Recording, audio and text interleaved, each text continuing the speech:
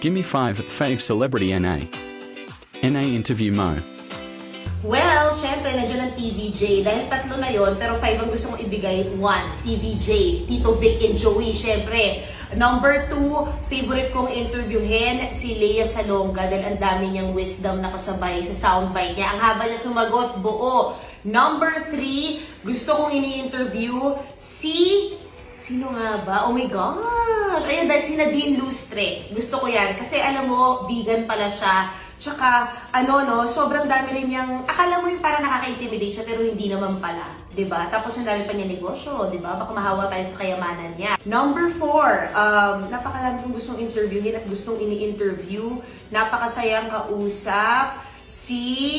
On top of my head na lang to ha. Siyempre si Ryan Agoncillo, Mr. Talentado. I love interviewing Ryan.